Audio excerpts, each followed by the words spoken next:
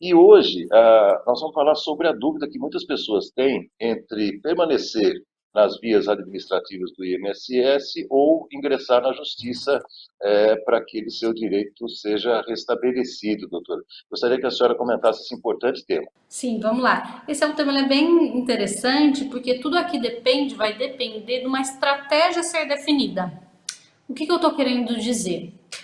Existem, claro, o caminho para se chegar na justiça, que esse caminho, para poder pedir, primeiro precisa haver, via de regra, o prévio requerimento administrativo. Então, se pede para o INSS e aí o INSS negando, ou mesmo que ele não negue, passando um prazo de 30 dias, já é entendido como uma negativa.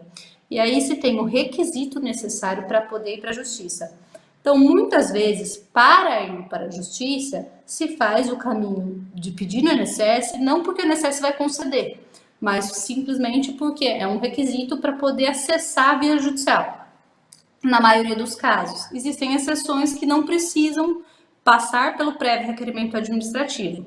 Ações, temas em que já é sabido que o INSS nega, nesses casos, a justiça entende que pode ir direto para o judiciário. Mas não custa nada sempre pedir primeiro no INSS e aí depois ir para a justiça. Esse pedido no INSS, como aqui falado no tema, até conversado com o professor, não precisa se esgotar todas as instâncias administrativas. O que eu estou querendo dizer? Não precisa entrar com todos os recursos, passar por todos os trâmites ali administrativos no INSS para poder ir para a justiça.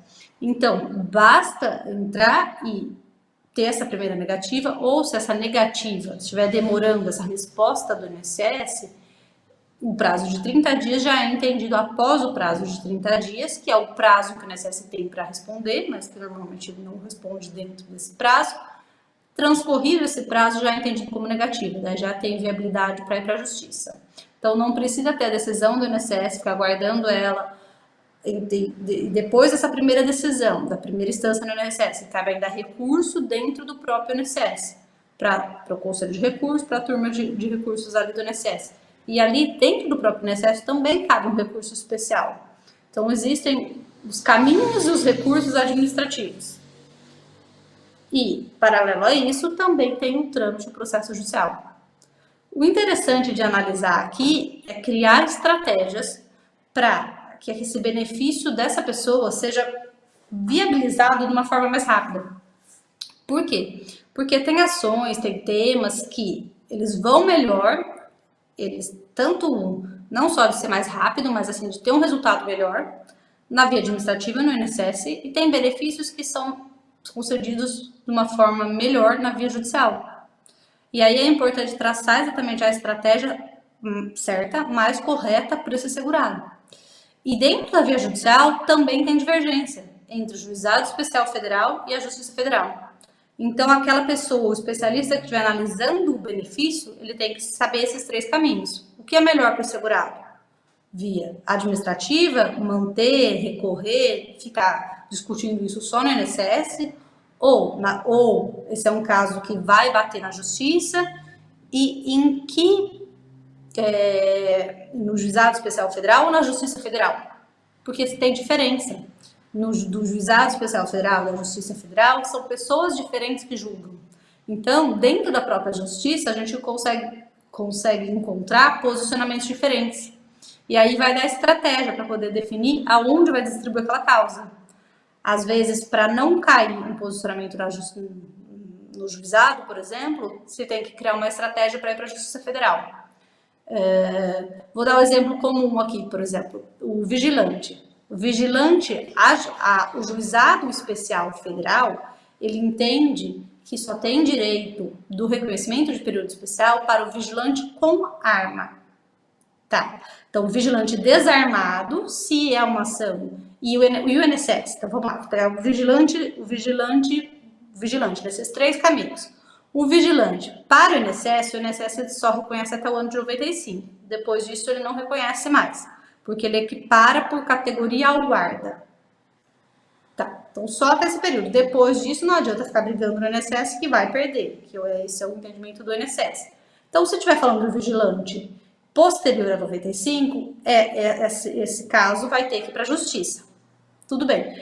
Na justiça, se o vigilante for armado, ele pode ir para o juizado especial federal, porque no juizado especial federal se entende que tem direito ao reconhecimento do período especial só se for vigilante armado. Tá. Agora, se o vigilante for desarmado, ele tem que ir para a Justiça Federal. A ação dele tem que ser proposta na Justiça Federal. Por quê? Porque na Justiça Federal tem decisão do STJ que diz que vale o reconhecimento de período especial tanto para o vigilante armado ou desarmado.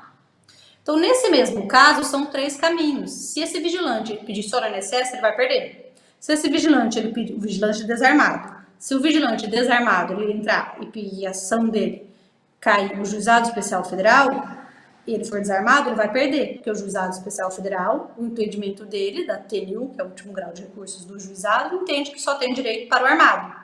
Então, esse vigilante, a estratégia correta para traçar para ele é entrar com ação na Justiça Federal. Só que, claro, aqui tem diferença, essa pessoa não escolhe onde ela quer entrar com a ação.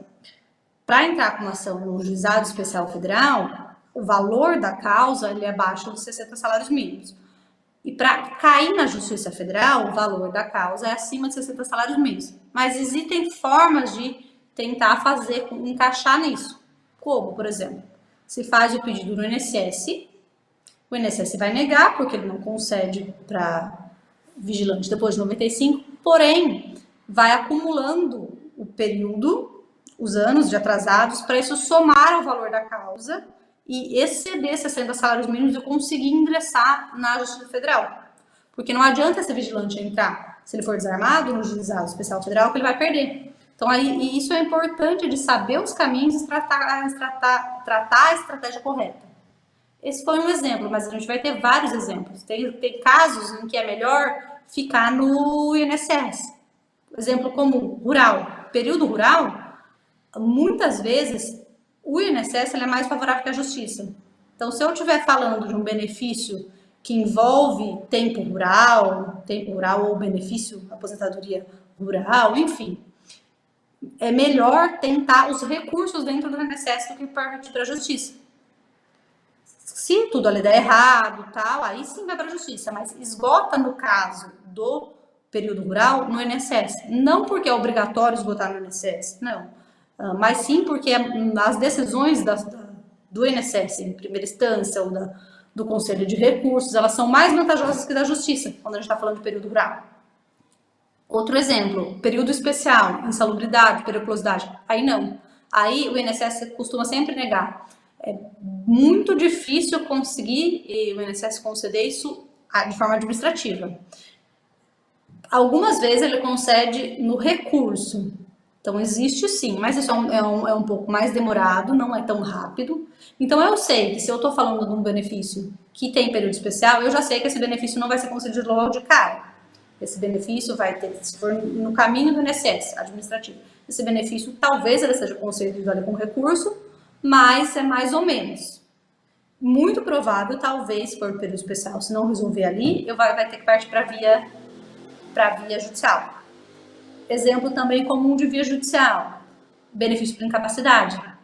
Às vezes a perícia no INSS, não adianta ficar pedindo no INSS o benefício por incapacidade se o INSS por diversas vezes já na perícia diz que a pessoa está apta, está capaz, enfim, não concedeu o benefício. Aí é um caminho que vai para a justiça. Então tem sempre algumas diferenças. Um outro exemplo também, para deixar um pouco mais ilustrativo, pensão por morte. A pensão por morte tem direito o filho inválido, o filho menor e o inválido. A diferença aqui do posicionamento em relação ao filho inválido. O filho inválido, o INSS entende que só tem direito até os 21. Ele coloca a mesma idade da idade do filho menor. A justiça entende que não. Ela entende que tem direito a esse filho, mesmo que esse filho seja maior de 21 anos de idade, desde que essa incapacidade, a invalidez, a deficiência tenha acontecido antes do falecimento do segurado. Então ele não limita, a justiça não limita a idade específica para o filho inválido dos 21 anos, não limita isso, não traz esse marco final. E sim, ela coloca que a invalidez tenha acontecido antes do falecimento da pessoa que ensejou o benefício. Então, se eu estiver falando de um menor, de uma pensão por morte para um filho, e for invalidez, essa invalidez for e essa pessoa tiver mais do que 21 anos, vai ter que ir para a justiça, porque se for no INSS, o INSS de cara ele vai negar. Então, aí por isso que é importante sempre manejar, olhar, verificar o que está tratando, qual o benefício e quais são os 3 caminhos, para saber o caminho melhor, mais acertado ali para o segurado. Para também não ficar tentando onde não vai dar, perdendo tempo, e partir para a estratégia mais eficiente. Nem que a pessoa às vezes espere um pouquinho, por exemplo, às vezes se a estratégia mais eficiente for a Justiça Federal, é melhor o segurado esperar um pouco mais até atingir o valor da causa e ter esse benefício concedido do que já entrar e perder. Fica então a dica, procurar um profissional que detenha esses conhecimentos exatamente para facilitar esse caminho de acesso ao direito que a pessoa busca. Né? Sim, exatamente. E uma última informação, por exemplo, se aquele benefício estiver demorando muito, o INSS tem um prazo de 30 dias para responder, mas ele não responde nesse prazo, nunca. Na prática, pelo menos 90 dias, às vezes um pouco mais para ter essa resposta. O que é o ideal? Se não for um caminho, se for um caminho que vai para a justiça, se for um caminho que não vai ser esse caminho que a melhor decisão do INSS, que é melhor ficar brigando e aguardando ali, quanto tempo esperar? Se passar muito desse prazo, já pode procurar o meio judiciário ou outra forma de resolver para não ficar esperando algo que vai ser ineficiente. Se existe forma de tentar destravar essa demora, que é através, não quer dizer que o INSS vai conceder o benefício nesse período, mas se a análise estiver demorando muito, o que pode ser feito para que ele responda, não para que ele conceda, mas sim para que a resposta venha no prazo mais rápido, no prazo legal. Uma reclamação na ouvidoria do INSS, que se faz pelo próprio site do INSS, é a forma mais fácil. Muitas vezes resolve, outras não. Ou a forma que tem é um pouco mais trabalhosa, mas que dá para ser feito também, é um mandado de segurança, só que isso é através do advogado, que vai entrar na justiça, através do mandado de segurança, pedindo para que venha a resposta no prazo legal. Resumindo, a orientação, a pessoa verifica, fica atenta mais ou menos quando está demorando. Se esse prazo estiver muito demorado, aí conversa, verifica o que dá para fazer em termos de obter essa resposta mais rápida. Lembrando sempre que é importante ela saber se essa estratégia para ficar no INSS, então ali tudo bem, vai aguardando ali, ou se vai para a justiça e não tem por que ficar esperando. Sempre tem em mãos o que dá para fazer para isso vir mais rápido, essa resposta vir mais rápido, e qual é o melhor caminho para traçar. Porque às vezes, mesmo essa resposta não vindo tão rápida, às vezes ela é interessante.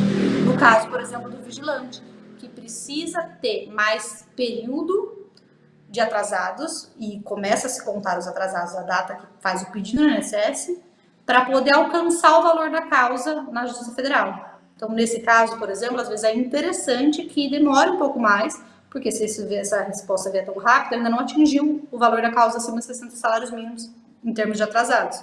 Então, não conseguiria alcançar lá. Então, tudo tem que ser meio analisado, conversado, para verificar certinho. Mas sempre é legal saber esses posicionamentos, porque isso concede ou não o direito da pessoa. É a mesma situação, o mesmo caso. O INSS pensa de um jeito, Justiça do Juizado Especial de outro e Justiça Federal de outro. São pessoas diferentes que julgam, então tem posicionamentos diferentes. E pode ganhar ou perder de acordo com aquilo onde vai levar para ser julgado. Como eu falo sempre, né? A senhora não contribui com o nosso programa, a senhora dá aula aqui no nosso programa, que é muito bacana. Não, ficou muito claro, muito didático, muito pedagógico também, deu para compreender muito bem. Doutora Fernanda, mais uma vez, muitíssimo obrigado, novo dia, mas a competência é a mesma. Muitíssimo obrigado, tenha uma ótima semana, até terça da semana que vem, então. Um grande abraço para todo mundo fique com Deus, até semana que vem.